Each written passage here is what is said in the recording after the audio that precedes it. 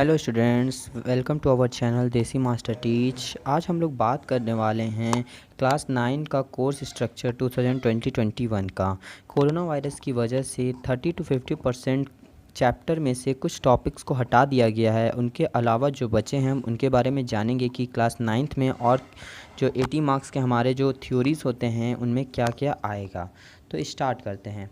हमारा अगर केमिस्ट्री की बात करें तो 27 मार्क्स के आएंगे, बायोलॉजी से 26 और फिजिक्स से हमारे 27 मार्क्स आएंगे, मतलब टोटल 80 मार्क्स का। और जो असाइनमेंट ये सब होगा उससे 20 मार्क्स आपको मिलेगा और टोटल कितने हो गए 100 मार्क्स।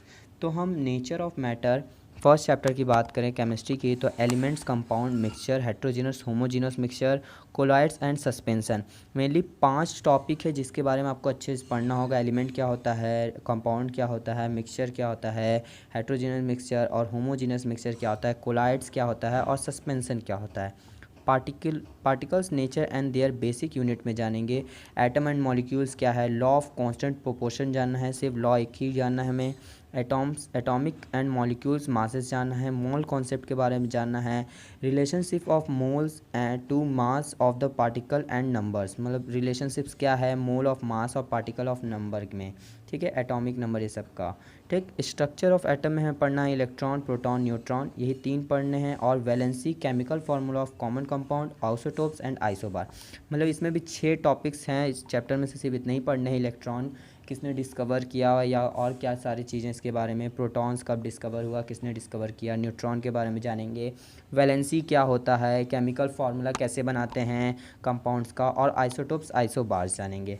अगर हम लोग बायोलॉजी की बात करेंगे तो सेल्स से cell are the basic unit of life, prokaryotic eukaryotic cell के बारे में जानना है, मल्टी सेलुलर ऑर्गेनिल्स जानेंगे, सेल मेम्ब्रेन, सेल वॉल क्या होता है, सेल ऑर्गेनल, सेल इंक्लूजन क्या होता है, क्लोरोप्लास्ट क्या होता है, mitochondria, vacuoles, endoplasmic reticulum, Golgi, aperture, nucleus, chromosome, basic structure, number, मतलब बस कुछ टॉपिक्स हैं। ऐसे सेल्स बहुत बड़ा चैप्टर है, इनमें से कुछ चीज़ों को ही आपको पढ़ना है।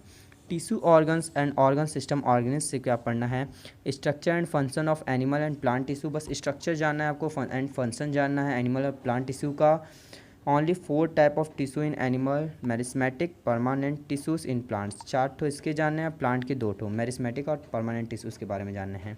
ठीक है, हेल्थ इज डिजीज से क्या आ रहा है, health it's and it's failure, health और उसको कैसे फेलर होता है, इन्फेक्शन क्या होता है, नॉन इन्फेक्शन डिजीज़ क्या होते हैं, उनसे क्या मैनिफेस्टेशन क्या है, कॉजेज़ क्या है, डिजीज़ कॉज बाय माइक्रोब्स से क्या होता है, वायरस, बैक्टीरिया, प्रोटोजोआ से कैसे डिजीज़ हो जाते हैं, इनसे कैसे प्रिवेंट करें, ट्रीटमेंट कैसे करें, पल्स पोलियो प्रोग्राम भी समझना है।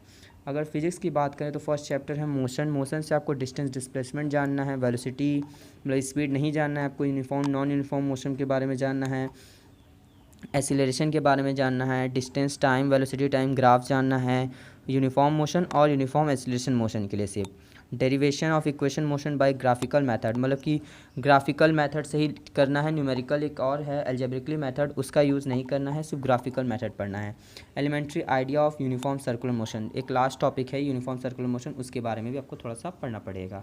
फोर्स एंड न्यूटन लॉ की बात करें तो फोर्स एंड मोशन जानेंगे, न्यूटन लॉ 3 है हमें वो भी जानना है, action reaction third Newton law है, इनके बारे में पढ़ना है। Inertia of body, inertia of mass, momentum, force, acceleration, elementary ideas of conservation of momentum, कुछ ideas of conservation of momentum के बारे में जानेंगे। इनर्शिया ऑफ मास क्या होता है, मोमेंटम क्या होता है, फोर्स एंड एक्सीलरेशन क्या होता है, ये सब भी पढ़ना पड़ेगा।